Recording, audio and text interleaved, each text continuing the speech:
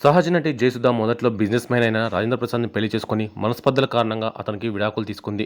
ఆ తర్వాత బాలీవుడ్ నటుడు జితేంద్ర కపూర్ సోదరుడు అయిన నితిన్ కపూర్‌ని ప్రేమించి పెళ్లాడిన విషయం తెలిసిందే. ఇక ఇదిలా ఉండగా ఈ ముద్దుగుమ్మ మొదట హిందువు అయినప్పటికీ తర్వాత క్రిస్టియన్ మతంలోకి మారిన విషయం మనందరికీ తెలిసిందే. అయితే ఈ మతంలోకి మారడానికి ప్రధాన కారణం అదే అంటూ అప్పట్లో ఓ ఇంటర్వ్యూలో జయసుధ చెప్పుకొచ్చింది. దీనిలో భాగంగా నితిన్ కపూర్‌తో పెళ్లయ్యాక థాయిలాండ్‌కి ఈ జంట హనీమూన్‌కి వెళ్లారట. ఆ సమయంలో అక్కడ నీళ్ళలో బోటింగ్ చేద్దామని నితిన్ జయసుధతో చెప్పారట. కానీ నీళ్ళంటే భయం ఉన్న జయసుధ నేను చేయను అని అన్నదట. అయితే 2 రోజులయ్యాక మూడో రోజు తన భర్త కోరిక కాదనలేక సముద్రంలో జెట్ స్కీమ్‌కి వెళ్ళిందట. ఇక అలా వెళ్ళిన కొద్దిసేపు బాగానే అనిపించినప్పటికీ ఆ తర్వాత ఆమె నీళ్ళలో మునిగిపోయిందట. అయితే ఈత రాని జయసుధ నా జీవితం ఇంతటితో అయిపోయింది, చనిపోతున్నాను అని భావించి హిందువు అయినప్పటికీ యేసుక్రీస్తు దేవుని తలుచుకుందట. అలా తలుచుకున్న కొద్దిసేపటికి ఆమెకు ఆకాశంలో ఉన్న సూర్యకిరణాల్లో యేసుక్రీస్తు రూపం కనిపించింది.